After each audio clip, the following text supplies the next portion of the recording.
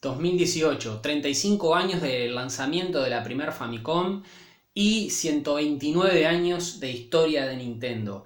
Es motivo para revisar la historia, es motivo para mirar hacia atrás, es motivo para que esta nueva sección periodista de videojuegos sea más tenida en cuenta. Bienvenidos una vez más al canal, soy Nintenmax y en esto que nos hemos propuesto hacer, una especie de revisión cultural, un poco revisando libros, revisando información, haciendo una serie de reflexiones un poco más tirados hacia lo que es la cultura en general. Ha sido motivo suficiente para bueno, hablar en este caso de la historia de Nintendo. En la primera parte hacemos mención al contexto cultural y socioeconómico de fines del siglo XIX, en donde era fundada Nintendo, una empresa, una fábrica artesanal de cartas Hanafuda por Fusajiro Yamauchi, un jugador obsesionado por todo el tema del juego, y que bueno, que buscaba un poco con una intención comercial abrirse paso en ese contexto del cual hacíamos referencia en el primer periodista de videojuegos. A propósito, algo que olvidé mencionar en el video anterior, para todo lo que fue la revisión histórica de Japón utilicé este libro y bueno, es necesario que lo mencione porque bueno, también el objetivo de esta sección es hacer un poco este tipo de fundamentos y apoyarnos en este tipo de cuestiones, ¿tá? Que es decir, los libros, la gente que investiga, gente que hace este tipo de trabajos, y que nosotros venimos a rescatar acá. ¿Qué venimos a rescatar en esta segunda parte de la historia de Nintendo? Muy bien, venimos a rescatar dos libros que rescatan la historia de Nintendo, valga la redundancia. Uno de ellos es, se me perdió, está por acá, el trabajo de un colega bibliotecólogo que se llama Ushio Pérez, colega español. Y bueno, Ushio Pérez rescata en este libro, que es la historia de Nintendo, ya publicado hace algunos años, rescata de una manera bastante fiel, muy anecdótica, utilizando muchos elementos fielmente documentados. Es decir, Ushio Pérez es bibliotecólogo como yo, y bueno, y los bibliotecólogos en cierta forma corremos con ventaja en algunas ocasiones cuando se trata de revisar bases de datos, de fundamentar, de recurrir a la documentación y de recurrir a libros. Es decir, sí, los libros están disponibles, pero bueno, hay que tener un poco de método y de curiosidad para llegar un poco más allá.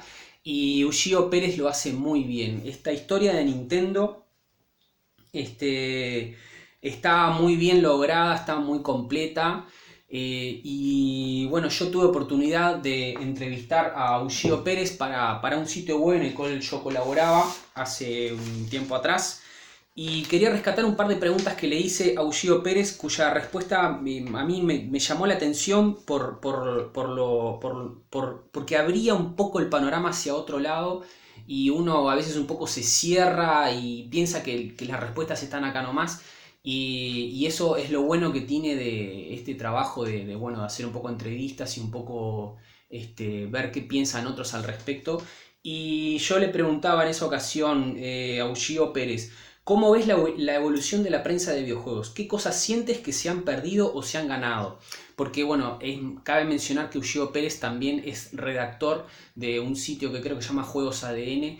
Y bueno, y tiene experiencia en la redacción, tiene experiencia como periodista de videojuegos también, hay que mencionarlo. Y por eso le preguntaba acerca de el sector prensa y el sector información sobre videojuegos, más que nada, ¿no? Y Ushio Pérez me respondía, los cambios son brutales, pero no solo en la prensa. Hoy en día el usuario tiene tanta información que llegan a saturarse.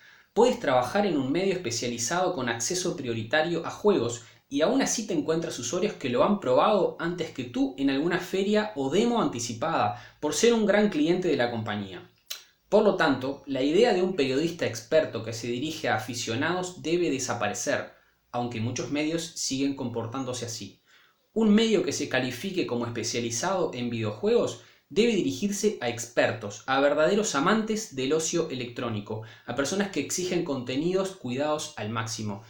Interesantísimo este quiebre que hace Ushio Pérez, porque, es decir, tenemos un sector prensa de videojuegos que sí es prensa especializada, pero está, digamos, en cierta forma abocada a un público muy genérico. Y Ushio Pérez lo que dice, bueno, debemos dedicarnos exclusivamente a ser especializados.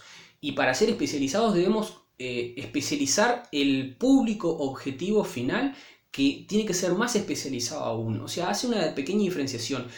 ¿Y por qué rescato esto? Porque creo que es un aspecto que ayudaría a mejorar la prensa, ayudaría a hacerla quizás un poco más seria, quizás un poco con más calidad y quizás un poco más, más especializada en el mejor de los sentidos.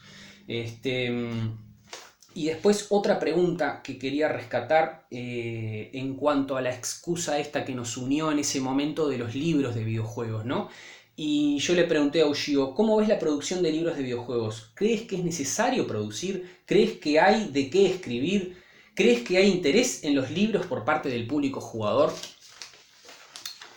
Quizás parece obvia la respuesta, pero bueno, yo quería saber qué pensaba él. Y él me dijo rotundamente sí, hay muchísimo sobre lo que escribir. Y la prueba está en que no dejan de aparecer libros relacionados con el tema, ya que tiene cientos de implicaciones. Existen investigaciones sobre el reflejo de la sociedad en los videojuegos, la expresión artística, el tratamiento de colectivos, es decir, no solo sobre historia o repasos de videojuegos de cierto tipo, sino que la variedad de temas solo acaba de abrirse, ya que hasta hace nada los videojuegos eran considerados algo maligno sobre lo que apenas se escribía, especialmente en los países de habla hispana, y ahora al fin se ha abierto la tapa. Es decir, hace una reflexión sobre un antes y un después, ¿verdad? Y sobre cómo el mismo sector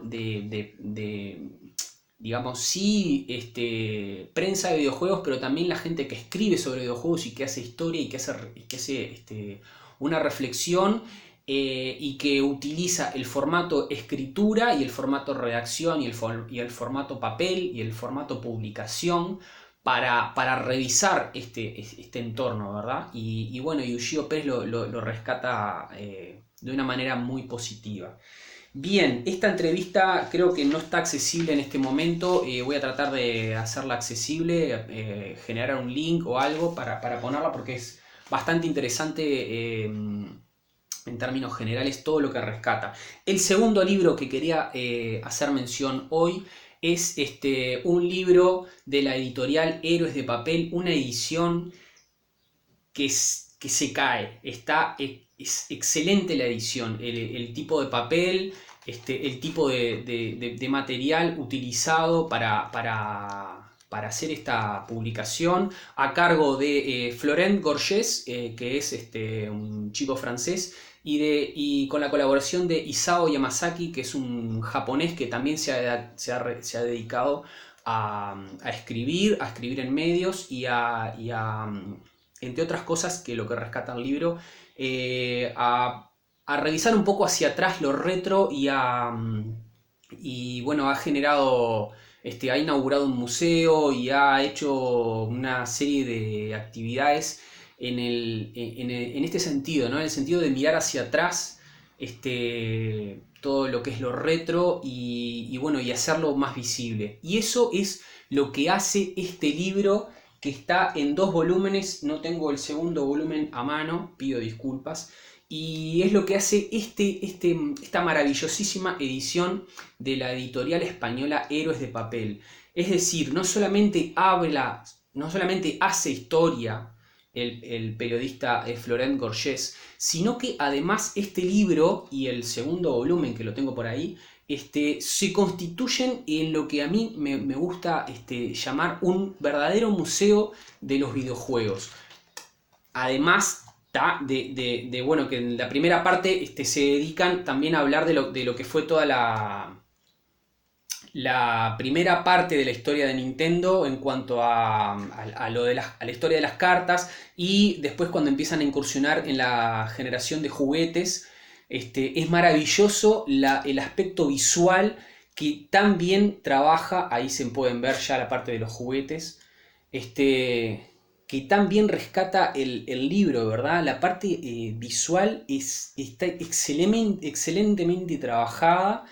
Y creo que esa intención ha sido muy bien llevada a cabo, porque hoy lo visual pega mucho, y ¿verdad? Es en contraposición con lo que se lee y con lo que se escribe, ¿verdad? O sea, hoy lo visual pega mucho. De hecho, yo, para decir lo que pienso, utilizo un medio audiovisual más que un medio escrito en este momento. Y bueno, y esta historia de Nintendo de Florian Gorges y de Isao Yamazaki rescatan de manera excelente, con recursos visuales, no tanto escritos, que sí los utilizan bastante, pero también con medios visuales. Construyen un verdadero museo del videojuego y un verdadero museo de la historia de Nintendo. Muy recomendable, muy recomendable. Mencionar una cosa más: ambos periodistas, Ushio Pérez y Florian Gorges, también Isao Yamazaki, son de la generación de fines de los 70, y bueno, como yo y como muchos otros tantos que escriben por ahí en muchos medios, más que nada de origen español. Y yo creo que eso es un elemento a destacar, porque yo creo que esta generación, la generación nuestra de fines de los 70, sí, convivió con los inicios de los videojuegos, pero también convivió con ese mundo analógico, y que se fue transformando progresivamente en un mundo digital. Es decir, tuvimos un pie en el mundo analógico y otro pie en el nacimiento del mundo digital. Perdónenme, pero sé que esta generación tiene un nombre, lo vi por ahí, ahora no lo puedo recordar. Como también la generación que nace en el mundo digital tiene otro nombre, etc. No es el caso. El caso es que creo que esta generación de fines de los 70 tiene quizás una capacidad para mirar hacia atrás con un poco más de sensibilidad, porque lograron verlo, lograron vivirlo. Y eso, si bien uno no elige en qué época vivir, creo que el mérito es poder hacerlo consciente y generar este tipo de productos que miran para atrás.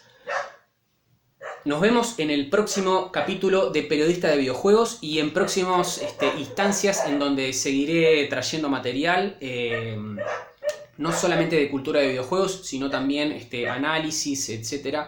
Y bueno, nos vemos pronto. Chao.